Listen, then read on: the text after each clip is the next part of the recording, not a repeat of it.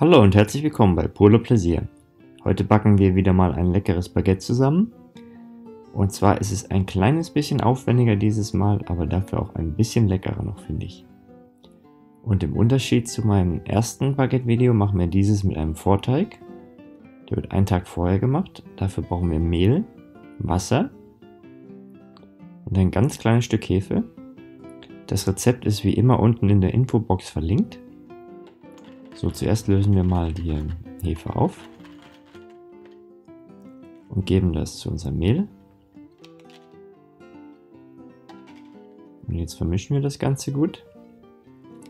Bei meinem ersten Video haben wir ja auch schon einen Vorteig gemacht, aber den haben wir direkt am gleichen Tag schon verarbeitet.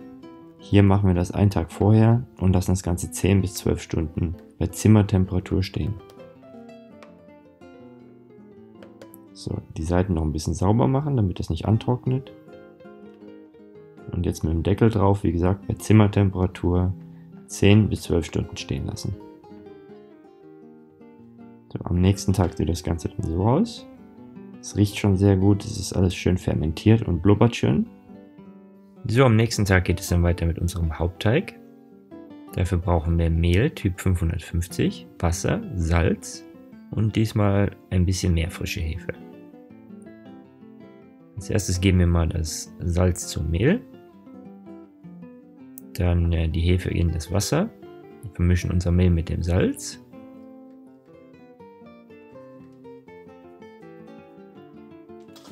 So, dann lösen wir die Hefe auf.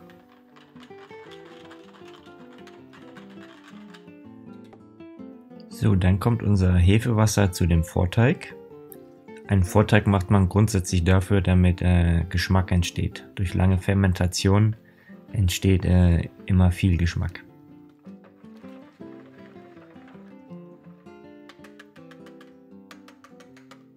So, wenn das Ganze gut verrührt ist, geben wir dann unser Mehl dazu.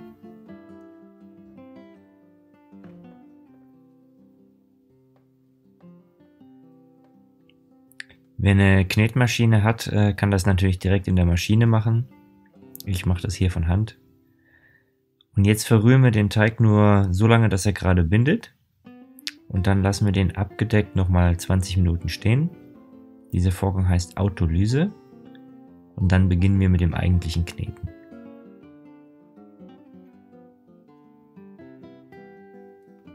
So, jetzt kommt nochmal der Deckel drauf. Und 20 Minuten bei Zimmertemperatur stehen lassen.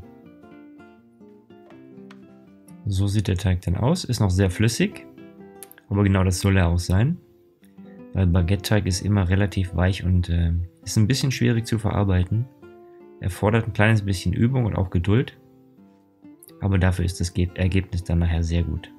In der Maschine knetet ihr den Teig 10 Minuten, ich mache es jetzt von Hand 10 Minuten. Damit ihr mir nicht 10 Minuten jetzt dabei zuschauen müsst, habe ich mir den größten Teil rausgeschnitten. Hier sind jetzt fast 10 Minuten rum. Und ihr werdet irgendwann merken, es geht irgendwie nicht weiter. Wenn der Teig nicht richtig fest wird, dann lasst ihn einfach kurz so, wie er jetzt ist. Lasst ihn einfach 2 Minuten ruhen. Weil manchmal braucht Teig einfach ganz kurz Ruhe zwischendrin. Geht dem Menschen nicht anders. Manchmal muss man sich einfach wieder ausruhen und dann funktioniert es auch.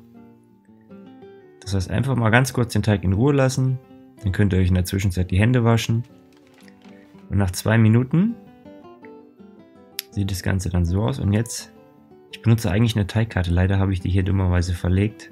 Notfalls muss das auch mal mit dem Messer gehen.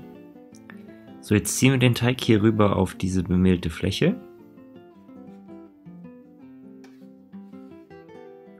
Viele geben an dem Punkt schon auf und sagen, dieser Teig wird ja nie was. Aber keine Angst. Die Mühe lohnt sich. Und zwar geben wir dem Ganzen jetzt nämlich die Struktur nur durch das Falten. Ja, das machen wir ein paar Mal. Und sofort werdet ihr merken, wird der Teig sehr viel stabiler und ihr könnt ihn auch endlich formen.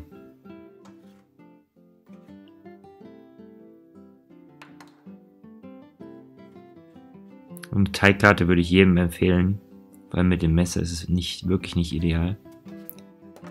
So, jetzt ziehen wir das einfach zusammen und drücken das immer in die Mitte. Einmal ziehen und in die Mitte, sodass wir quasi ein kleines Päckchen formen.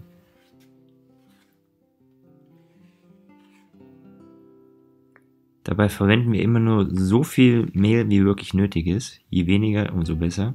So, und jetzt merkt ihr schon, jetzt ist der Teig auf einmal kompakt. Jetzt kann ich ihn verarbeiten, jetzt kann ich ihn auch ganz einfach falten. So, immer schön in die Mitte ziehen, beziehungsweise nach außen ziehen und in die Mitte drücken. So, jetzt haben wir ein kompaktes Päckchen.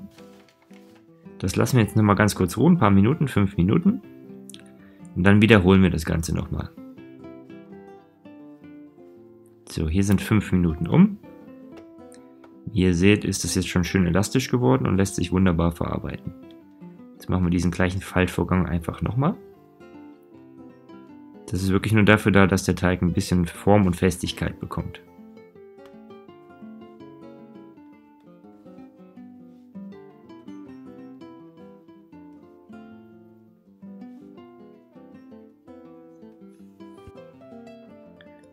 Und so wandert der Teig jetzt nochmal zum Ruhen in die Schüssel, abgedeckt, 1 Stunde bei Zimmertemperatur. So sieht das nach 1 Stunde dann aus. Er sieht jetzt wieder ein bisschen weicher aus, aber keine Angst. Die vorherigen Faltvorgänge haben ihn auf jeden Fall einfacher zu verarbeiten gemacht.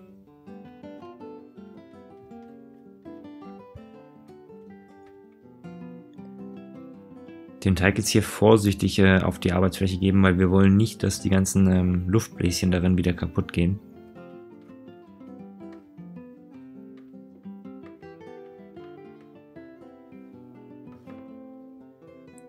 Es kann auch mal sein, dass so ein Teig ein bisschen länger gehen muss, je nach Zimmertemperatur. Also im Winter, wenn es bei euch kalt ist, dauert es halt vielleicht auch mal 2 Stunden. Da muss man ein bisschen flexibel dann sein. So, jetzt falten wir das Ganze nochmal. So wie ihr seht, wirft der Teig schon schöne Blasen, genau das wollen wir. So, ein kleines bisschen klebt der Teig noch.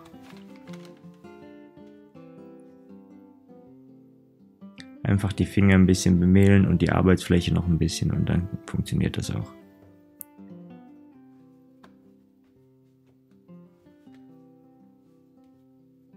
Wie gesagt, so einen Baguette-Teig zu verarbeiten, das braucht ein bisschen Übung. Aber wenn man das dann mal verstanden hat, dann wird Brotbacken für einen im Allgemeinen so viel besser. So, jetzt portionieren wir den Teig in 3 gleich große Teile.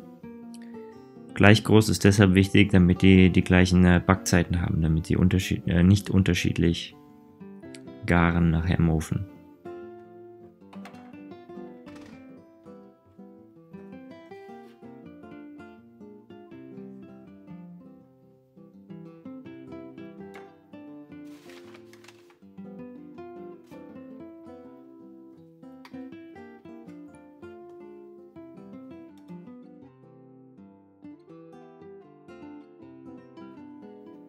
So, dann formen wir kleine Pakete aus dem Teig.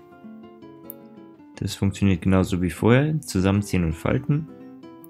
Und jetzt unter Spannung formen wir hier eine kleine Rolle.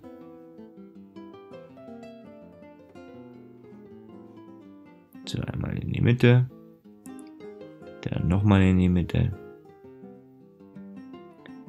Und jetzt unter Spannung einfach zusammenrollen.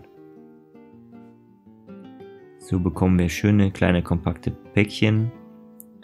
Die lassen wir dann nochmal 5 Minuten ruhen, bevor es dann ans eigentliche Baguette-Rollen geht.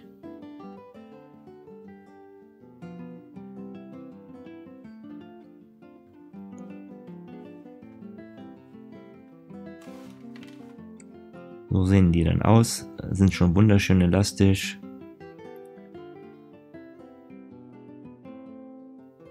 So, jetzt geht es ans Ausrollen. Dafür drücken wir das leicht flach, nicht zu stark, damit wir die Luft nicht rauspressen. Und dann falten wir das einfach in die Mitte unter Spannung und rollen das einfach ein. Dann am Ende pressen wir die Naht noch zusammen mit dem Handballen. So entsteht hier eine kleine Naht. Und dann rollen wir das ganz einfach aus. Geht auch sehr einfach hier. Das ist ein bisschen Übungssache. Am Anfang wird immer jedes Baguette unterschiedlich, das ist bei mir noch genauso. So oft backen wir ja alle zu Hause nicht Baguette.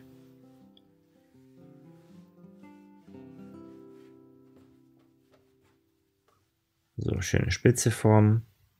Und dann geht es auf ein gut bemehltes Blech. Das Ganze nochmal hier leicht flach drücken, in die Mitte pressen und dann einfach die Enden zusammendrücken.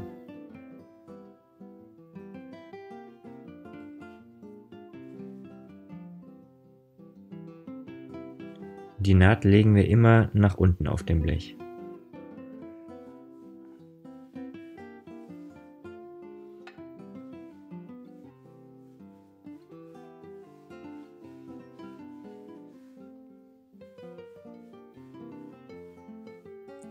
Rollt sie relativ dünn aus, weil die natürlich nachher noch sich mindestens verdoppeln.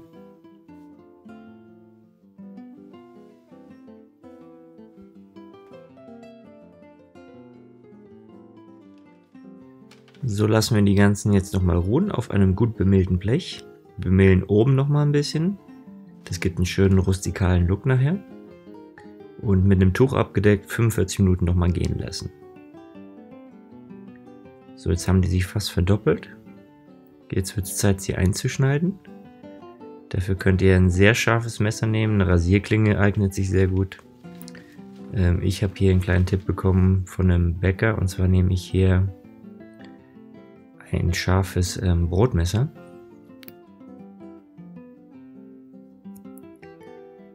Und dann schneiden wir die ruhig ein bisschen tiefer ein.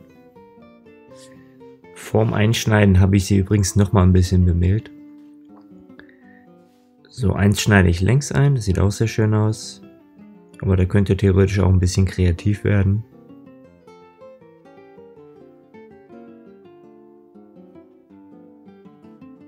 So, dann wandert das Ganze in den vorgeheizten Ofen bei 250 bis 260 Grad Ober- und Unterhitze. Unten habe ich schon eine feuerfeste Schale stehen, die ist richtig heiß. Da kommt jetzt ein kleines bisschen Wasser rein für den Dampf. Und nach 10 Minuten mache ich die Tür auf, lasse den Dampf raus. Sollte noch Wasser in der Schale sein, nehmen wir die Schale raus. Dann backen wir das nochmal 10 Minuten bei der gleichen Temperatur. Und dann, je nach Ofen, kann es sein, dass sie schon fertig sind. Ansonsten geben wir den nochmal 4 bis 5 Minuten bei 200 Grad.